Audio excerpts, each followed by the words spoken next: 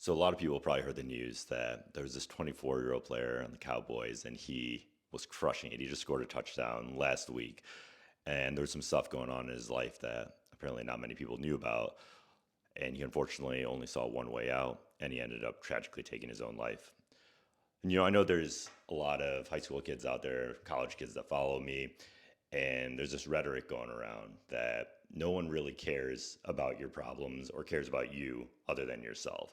And you need to handle your emotions on your own. You need to fix your problems because no one's coming to save you.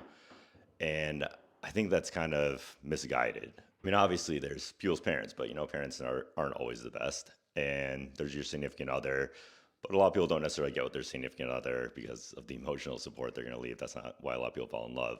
And that's where long-term friendships come in. You need to put a lot of effort into, though. From the start, you need to call your friends, check in on them, see how their day's going in high school, in college, after college. And you might feel like you're putting in way more energy than the other person is. And that might go on for days, weeks, months, even years.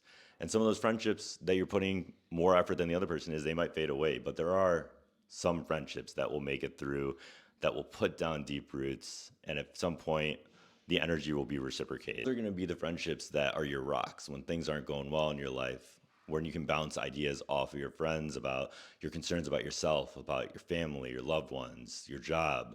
Some people, they don't have a lot of friends. And in those situations, you feel like something's going in your life that you can't handle. There are other options. You can go to an urgent care, you can go to an ER, and we can help you figure out a short-term solution. And we can also help set up a plan for a long-term solution. Because while I'm very confident that there are people in your life that care about you, I am absolutely positive that there are people that you don't even know that will care about you. I care about you. And I'm approaching 40. I married my college crush. I think I have a pretty good career. I'm about to have two beautiful daughters.